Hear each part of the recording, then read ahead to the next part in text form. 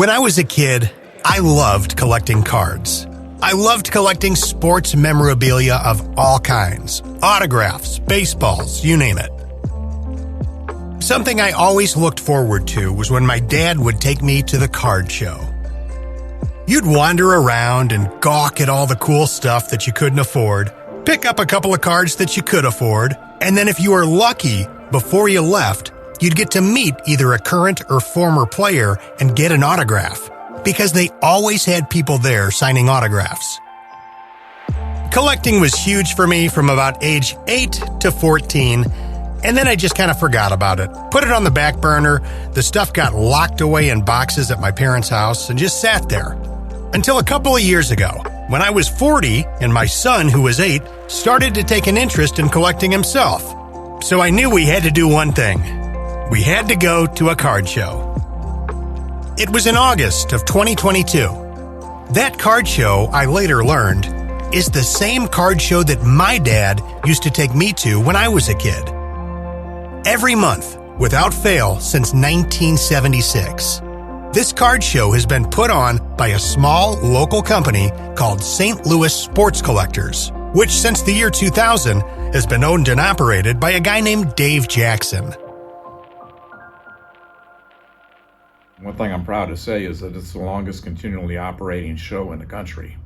And that's thanks to the fans here in St. Louis. They're the ones that are responsible for the continued operations. How did you get involved with the sports card shows here in St. Louis? Well, I started off as a customer. After college, I was looking for a hobby, and I remembered my youth collecting baseball cards, and I grew up in the 60s. That was my wheelhouse, and the Cardinals were certainly very popular then, winning the World Series in 64 and 67 and going to the World Series in 68. And so I was kind of reliving my youth, I guess, and I started going to shows in 82. And the shows that I went to were sponsored by the company that I now own. They started in 1976 as a club. And after I started setting up as a dealer for a while, I became interested in behind the scenes activity and started helping them out. I started getting a financial interest in the shows in 1990. Then I became the sole owner of St. Louis Sports Collectors in 2000.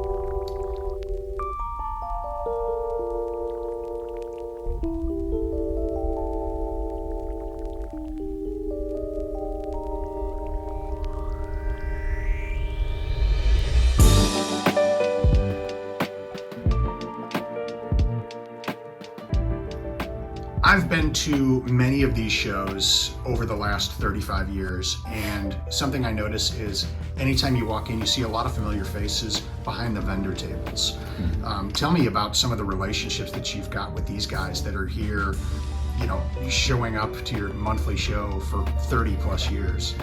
That's one of the rewarding things about this, because I've made some good friends, and some of the dealers you see from time to time at every show, they become friends over the years. And I've got some friends that have set up with me for 40 years, and some that were dealers with me when I first became into the hobby, people that I bought items from.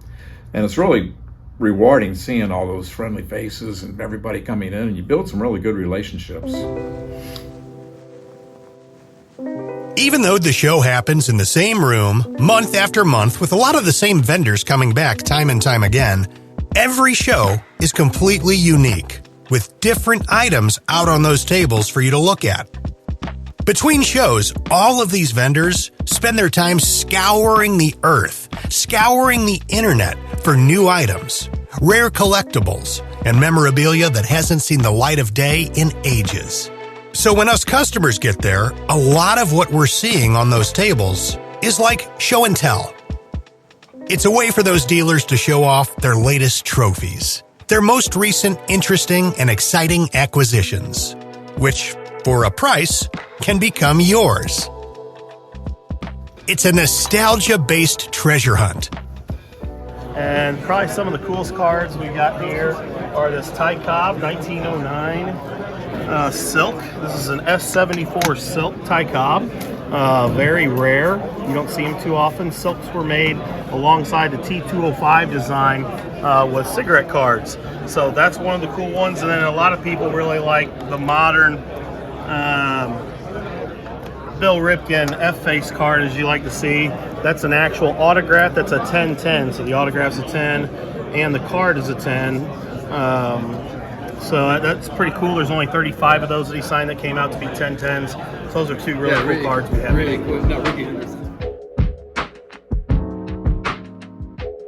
My name is Quinn. I go by Quinn's Cards on Instagram. I've been collecting, selling, buying for almost 8 years now. How long have you been setting up at shows like this? I've been setting up at shows for like the last 3 years. I've been doing the Orlando Garden Show for like a couple months now. Prism Green out of 8. You see that's numbered right there at 8. Prism Green Sparkle. These are like some of the Panini promotional packs. It's trying to get like $8.50 out of it, but maybe a little less. It's super cool card.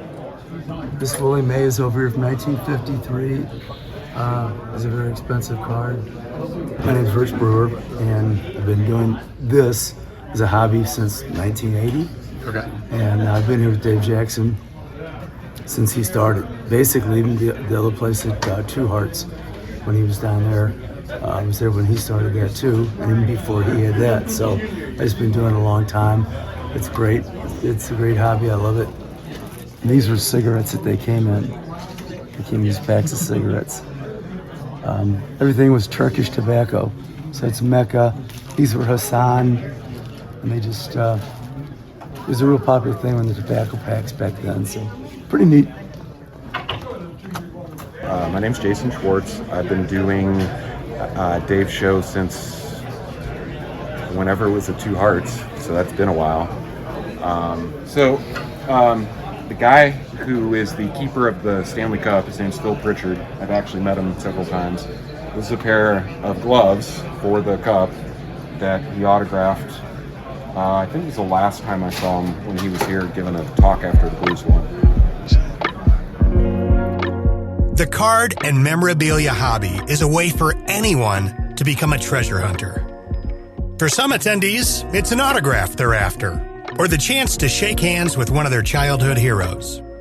At every one of Dave Jackson's card shows, he brings in a few celebrity guests to sign autographs for a few hours. At the July 2024 show, special guests included 3 players from the St. Louis Battlehawks football team, along with 2 retired Major League Baseball players. Pitcher Cliff Polite and center fielder Otis Nixon.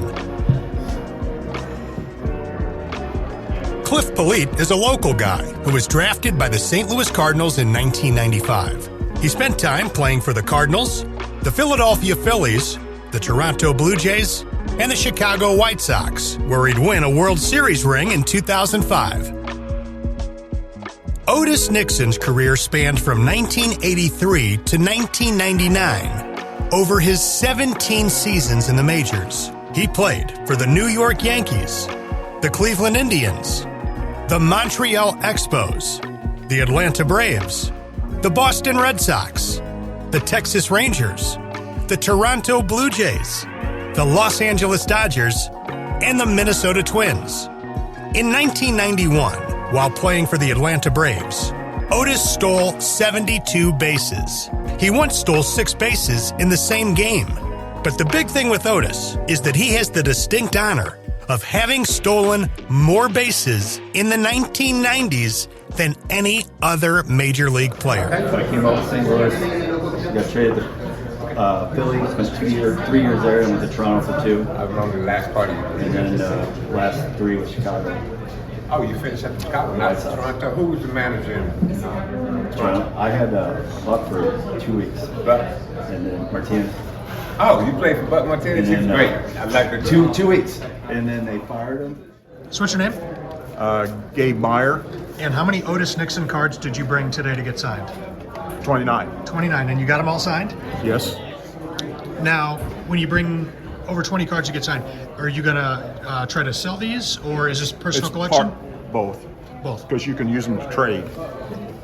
And in this particular, Otis Nixon doesn't have a habit of signing through the mail. I normally send cards through the mail for autographs. I've been doing that for about 30 years.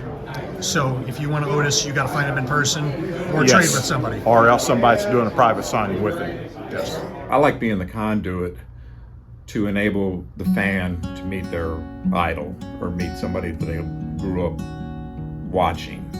It's always a lot of fun to make that connection, be a facilitator for that, to have them walk up and see Bob Gibson, where they saw him on TV before, and that was their only access to them, or with Cal Ripken or some other players.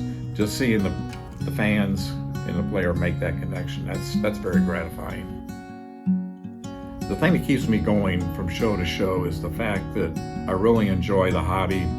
I enjoy being the facilitator to enable the public to not only get autographs, but to get the collectible that they like, and to do it all in one-stop shopping. We have well over 125 tables at our show, and so the people can come around and look at a variety of tables. The feedback that I get from the public is always gratifying.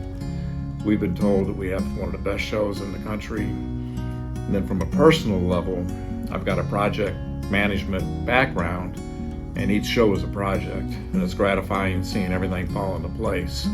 A lot of times it doesn't fall into place without a lot of hard work, but to see the completion of each event from cradle to grave, more or less, and doing that once a month, while challenging, it's definitely very rewarding.